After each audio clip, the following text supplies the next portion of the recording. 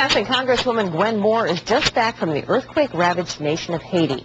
She says a lot of work needs to be done before the rainy season. 12 News' Brendan Conway sat down with Moore to talk about the fact-finding mission and other hot topics. New at 10. It is terrible, I think, that to see the seats of power, the palace, crumbled. Congresswoman Gwen Moore recently spent a day touring Haiti as part of a 5-person bipartisan congressional delegation. Moore says she wanted to see how the $350 million Congress allocated to the country was being spent and what sort of things the USAID, the United States Agency for International Development, needs to do long term. Continuing to provide that technical support is going to be extremely critical.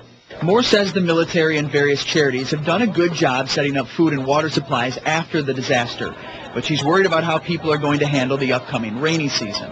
Identifying safe places for people to relocate and making sure that there are food distribution points and water distribution points in the correct place is something that they're focusing on now. Moore is headed back to Washington this week just as talk of health care reform is once again heating up.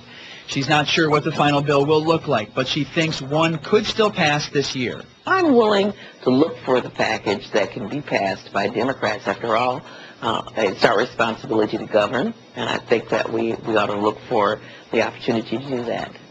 For Moore, this is also an election year. Although she holds a seat that is considered safe, she says the recent surprise election of Senator Scott Brown in Massachusetts is a reminder that she needs to campaign as if she is in a tight race.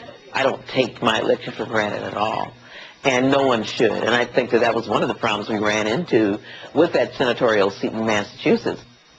Moore says that she expects Democrats will lose seats in both the House and Senate, but she hopes they will still be able to stay in the majority, Shelby. Any prediction from her on the governor's race? You know, she said, surprisingly, she didn't say a whole lot about it. She pointed out that it is an open seat, that open seats are almost always in play, and then although you can bet sometime this fall, but even though it's in play, she will be campaigning for Mayor Tom Barrett as he faces whether it's Scott Walker or former Congressman Mark Newman. All right. Thanks, Brendan.